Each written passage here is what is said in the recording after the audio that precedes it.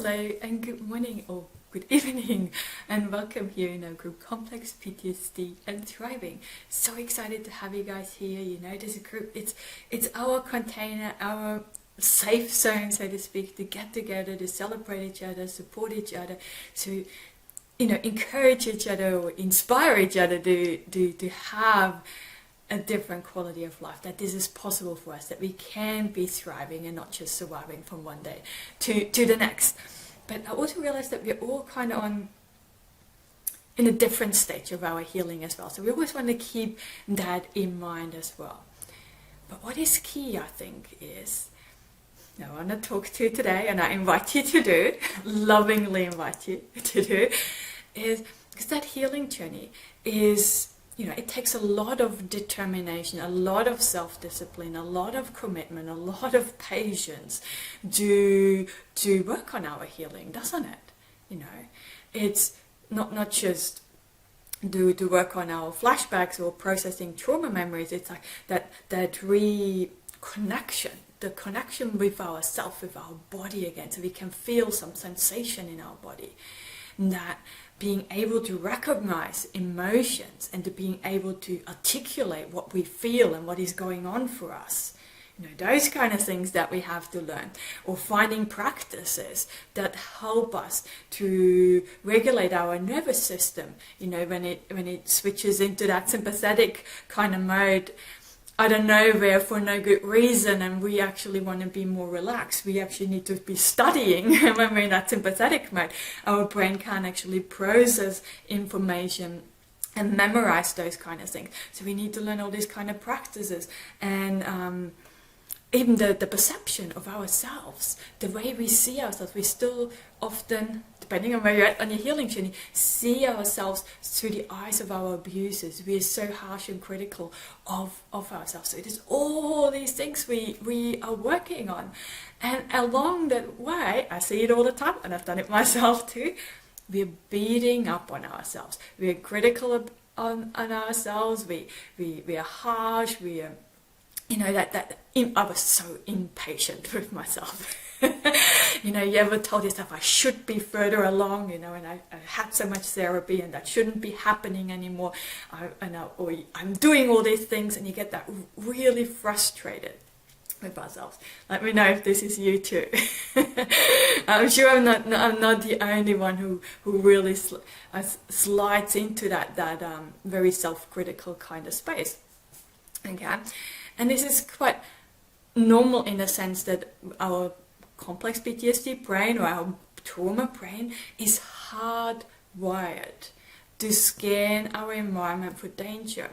And even if there's nothing really, sometimes I don't even know why it throws up stories from the past, but they're so remotely related, they're not actually, we can't make the connection, but it still throws up some past memories.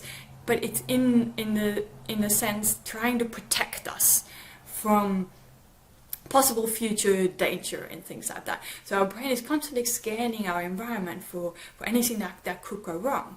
Okay, it's a protective mechanism, but it costs us a lot, because the quality of our life, the way we're feeling in the moment, there's this constant hyper-vigilant, and it's really hard for us to stay in our window of tolerance when we're constantly scanning around for what is wrong externally, and then returning it internally, right?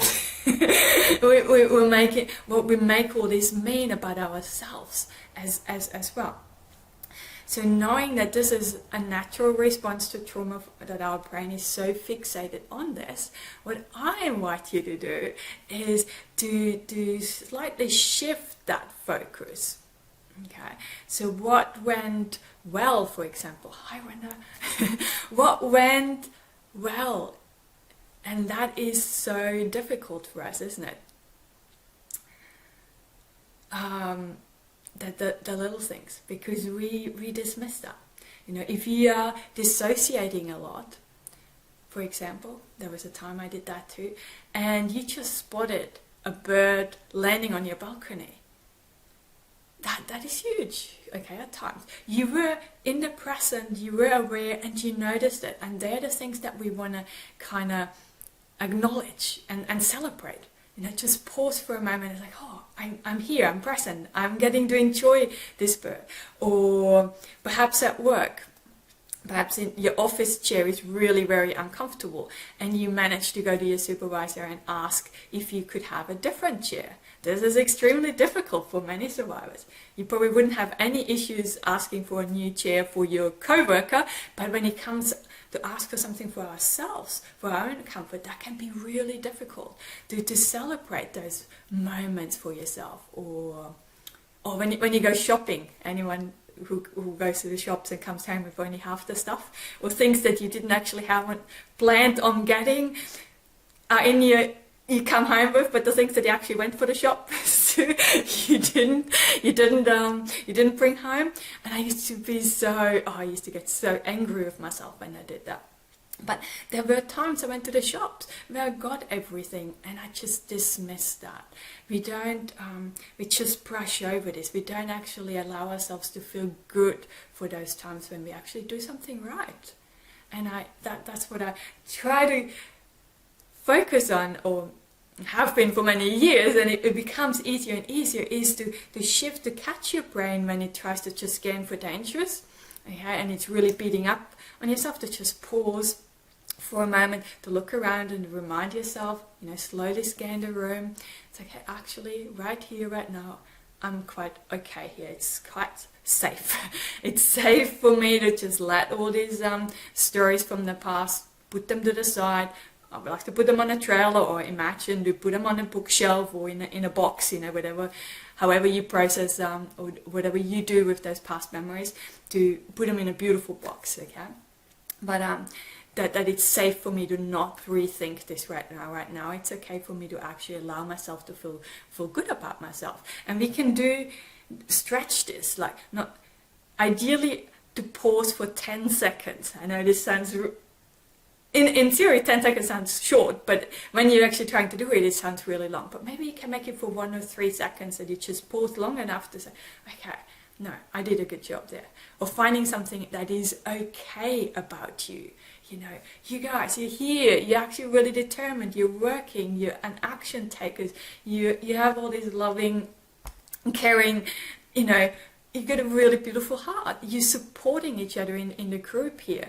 And to allow yourself to feel good about those kind of qualities. Or as one of my friends says, can you just because it was more about the body image and things, or being okay with the body. And it's like, it's the pinky toe.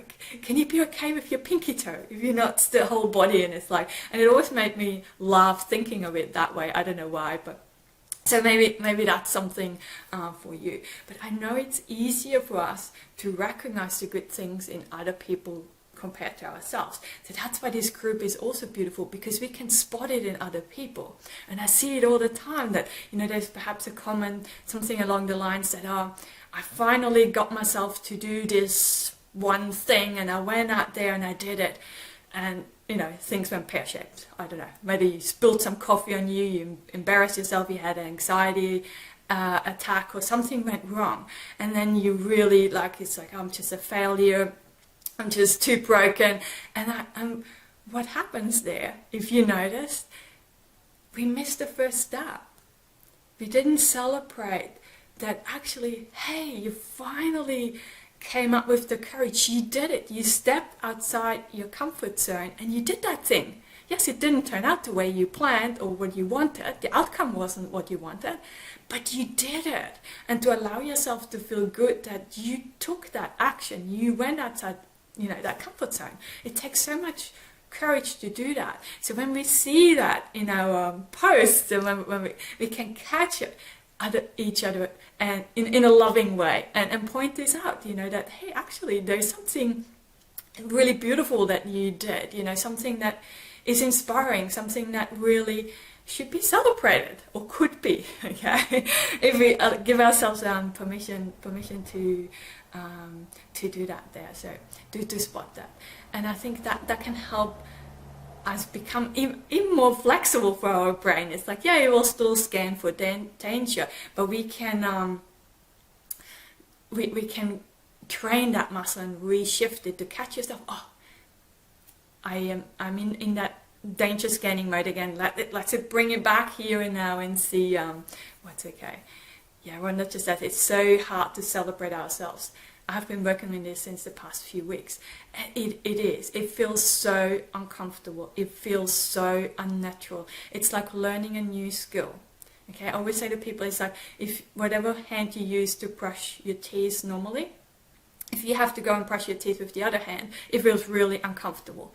And that's the same with learning that skill and celebrating ourselves. It will feel really uncomfortable, but if you do brush your teeth with the other hand long enough, it'll feel just natural, it'll just feel normal. And the same with that, if we stick with that, if we keep encouraging each other here in this group, using this space to do this, then it will become natural.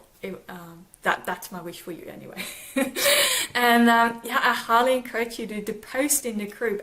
No win's too small here to celebrate, you know.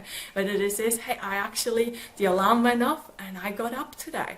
You know, even though it's midday and you're still in your PJs, that's not picking on that. It's like, you got up, celebrate that. You know, it's catching yourself in those kind of moments and post it here so we can celebrate it with you, and we can inspire each other on that, doing that. So thank you so much for being here. Thank you for being so supportive with one another and keeping this such a safe space here. It means so much to me, and it always lightens me up to see your stories of when things go well, how you celebrate and that. So it's beautiful. So thank you, everyone, and as always, sending you lots and lots of love and rainbows to brighten up the tough times just a little. See ya. Bye.